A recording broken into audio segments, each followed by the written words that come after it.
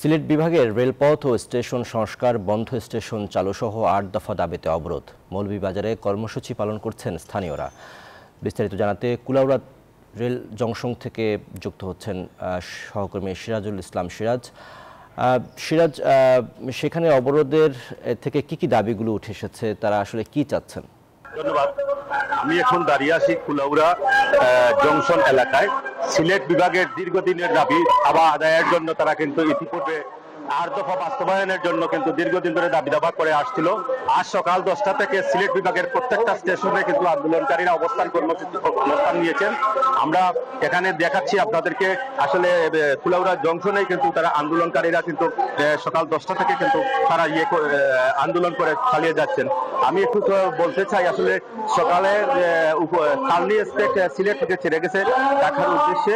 অপরদিকে ঢাকা থেকে বা সিলেট থেকে পরবর্তী সময়ে 10টার পর কর্মসূচি শুরু হওয়ার পর থেকে কিন্তু এখন পর্যন্ত কিন্তু কোনো ট্রেন এখানে কুলাউড়া স্টেশনে আসেনি।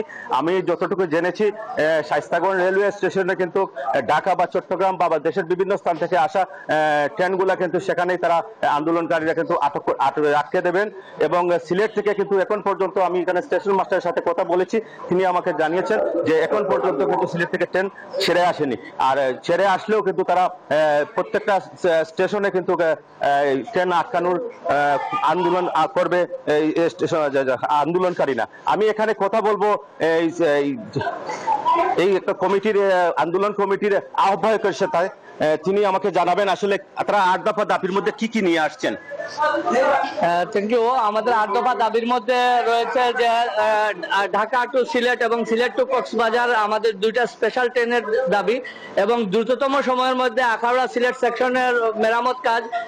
আপনারা জানেন ঘন ঘন দুর্ঘটনা ঘটছে ইদানিং।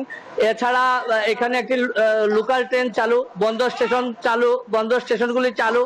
এছাড়া রয়েছে আমাদের যে লোকবল, এই যে জনগণের চাহিদা অনুপাতে ট্রেনের টিকিট বা বগি সংযোজন এবং দুর্বল ইঞ্জিনগুলো প্রত্যাহার করে ভালো ইঞ্জিন সংযোজন করা, এই ৮ দফা দাবি নিয়ে আমরা আন্দোলন শুরু করেছি।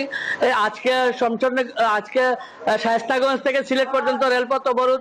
এর বাইরেও আপনারা জানেন যে ঢাকা কমলাপুর স্টেশনে এবং ঢাকা, আসলে যেমনটি জানিয়েছিলেন আন্দোলনকারীর আহ্বায়ক আজিজুল ইসলাম ভাই, আসলে সিলেট বিভাগের প্রত্যেকটা স্টেশনে 5টা স্টেশন কিন্তু মৌলভীবাজারেই বন্ধ রয়েছে, প্রত্যেকটা স্টেশন চালু।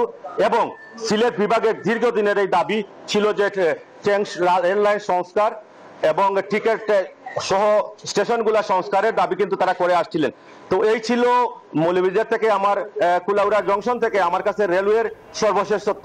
আমি ফিরছি স্টুডিওতে। সিরাজ, আপনাকে অনেক ধন্যবাদ।